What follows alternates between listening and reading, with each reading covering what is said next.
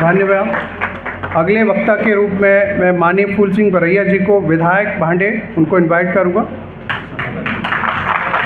और हम सब लोग थोड़ा सा समय का ध्यान रखें जी।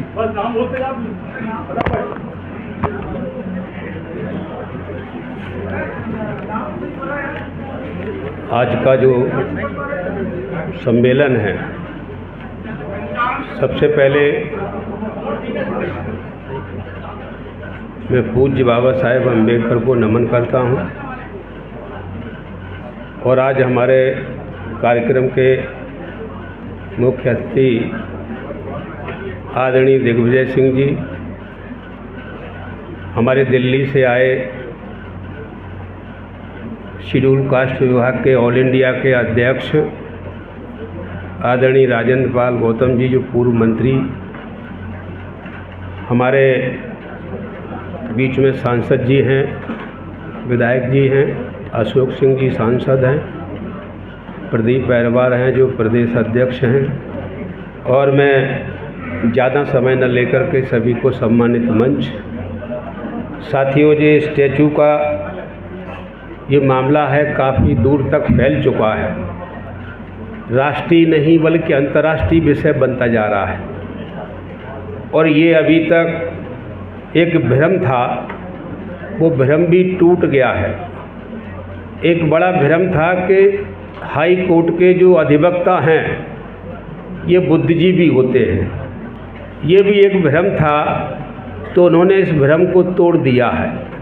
मैं ये नहीं कह रहा हूँ, मैं ये अकेला यही बात नहीं कह रहा हूँ कि उन्होंने बाबा साहेब अम्बेडकर की स्टैचू का विरोध किया है कि वहाँ नहीं लगने देंगे।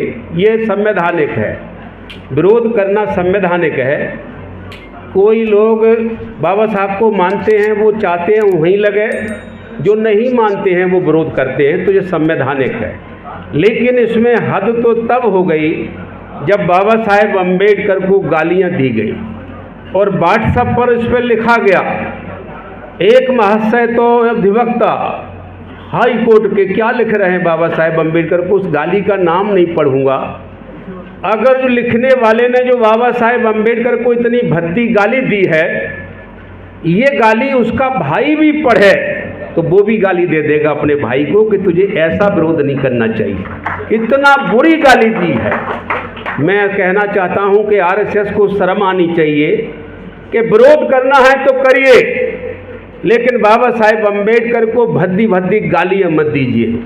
और बाबा साहेब अम्बेडकर की स्टैचू का अगर मामला है, तो अगर स्टैचू लगनी है तो सबसे पहला हक संविधान निर्माता का स्टैचू लगने का कोर्ट की जगह होती है, इसके बाद कोई दूसरी जगह है। और मैं और कहना चाहूँगा, इसमें बीच में एक विवाद और खड़ा कर दिया है, और वो विवाद है कि संविधान तो डॉक्टर अंबेडकर ने लिखा ही नहीं है।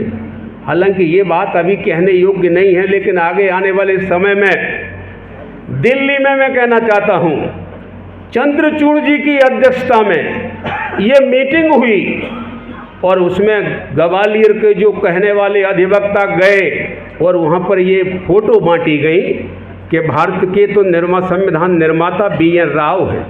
तो मैं इसका थोड़ा स्पष्टीकरण आपको देना चाहता हूँ कि ये छोटी बात नहीं है। चंद्रचूड़ जैसे प्रसिद्ध CJI रहे, उनके नेतृत्व में ये मीटिंग हुई। और मैं आपसे कहूँगा कि जिन BN राव की आप चर्चा कर रहे हैं कि वो संविधान निर्माता थे, उन BN राव का नाम संविधान की प्रारूप समिति में ही नाम नहीं था। नाम पढ़ दे रहा हूँ, उसमें BN राव का नाम नहीं है।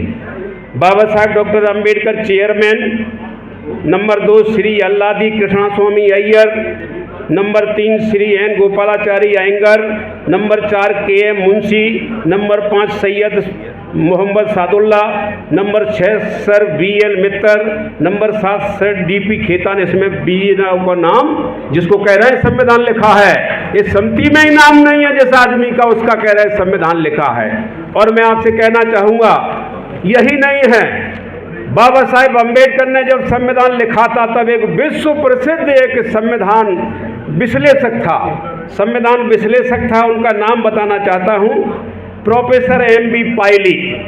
और उन्होंने क्या लिखा है संविधान के बारे में, बाबा साहब के बारे में, कि बाबा साहेब अम्बेडकर ने संविधान लिखा है। तो क्या है बाबा साहेब अम्बेडकर? मैं ये कहना चाहूँगा कि वो लिख रहे हैं कि बाबा साहेब अम्बेडकर इस देश के मॉडर्न मनु हैं। ये कह रहे हैं कि हम मनु के वंशज हैं तो हम बहुत ज़्यादा शक्तिशाली हैं। उन्होंने क्या कहा? मॉडर्न मनु है डॉक्टर अम्बेडकर। यही नहीं, आगे उन्होंने कहा कि doctor Ambedkar father of the constitution of India, father हैं, इस देश के संविधान के पिता हैं। ये भी लिखा है आगे। और आगे क्या लिखा है कि बाबा साहेब अम्बेडकर अकेले पिता ही नहीं, बाबा साहेब अम्बेडकर चीफ आर्किटेक्ट है इस संविधान के, और दूसरा कोई नहीं है। ये बात लिखी है। और आगे क्या लिखा? ये लोग कहते हैं आरएसएस के लोग कि BN राव ने संविधान लिखा है। तो मैं कहना चाहता हूँ, आखिरी लाइन में आपको बताना चाहता हूँ, एक KB राव साहब हैं जो संविधान सभा के सदस्य हैं। उन्होंने क्या कहा कि पायली साहब ने कहा है कि फादर हैं, बाबा साहेब अम्बेडकर इस भारतीय संविधान के पिता हैं। लेकिन मैं कहना चाहता हूं, यानी KB राव कहना चाहते हैं, BN राव को बना दिया संविधान निर्माता। KB राव क्या कह रहे हैं कि बाबा साहेब अम्बेडकर सिर्फ पिता ही नहीं है, बाबा साहेब अम्बेडकर संविधान की माता भी हैं। ये भी लिखा हुआ है। यानी बाबा साहेब अम्बेडकर ने, माता का मतलब होता है, माँ का मतलब होता है जन्म देने वाला। अगर संविधान को जन्म दिया है तो बाबा साहेब अम्बेडकर ने दिया है, और पैदा किया है बाबा साहेब अम्बेडकर ने। तो मैं दावे से कहना चाहता हूं, सब कुछ संविधान में बाबा साहेब अम्बेडकर ही हैं। ये उसके रिकॉर्ड में लिखा है, और ये अंतर्राष्ट्रीय विद्वान है। यही नहीं, आज की तारीख में अगर ऐसा कोई विरोध करता है, आरएसएस अपने मन में कुछ भी कहे कि हम ये कह देंगे संविधान बदल देंगे, क्या मोहन भागवत साहब अपने पिताजी को बदल दोगे क्या?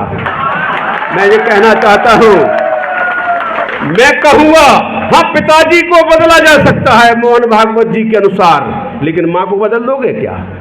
माँ नहीं बदली जा सकती। पिता तो एक बार बदला जा सकता है, लेकिन माता नहीं बदली जा सकती है। और इतना ध्यान रहे, मैं आज कहना चाहूंगा आरएसएस से, मैं कहना चाहूंगा उन लोगों से जो आरएसएस का झंडा थाम करके बाबा साहब को गालियां दे रहे हैं, जो बाबा साहब को मानते हैं, जिनको बुरा लगा है, जिनको बुरा लगा है, ये मैं मानता हूं ज़्यादातर उसमें कमज़ोर वर्ग के लोग हैं जो बाबा साहब को मानते हैं। इन कमज़ोर वर्ग के लोगों को आप जमीन छीनोगे वो छुप जाएंगे, गालियां देंगे वो छुप जाएंगे, कत्ल करेंगे छुप जाएंगे, और तुम उनके वोट लेकर के तुम कुर्सियों पर बैठ करके तुम ही बलात्कार करते हो तो भी छुप जाएंगे, और तुम कोई भी धमकी दोगे छुप जाएंगे। लेकिन याद रहे, बाबा साहेब अम्बेडकर के ऊपर उंगली उठेगी तो छुपेंगे नहीं, ये लहू बहा देंगे। धन्यवाद सभी को। जय हिंद, जय भारत।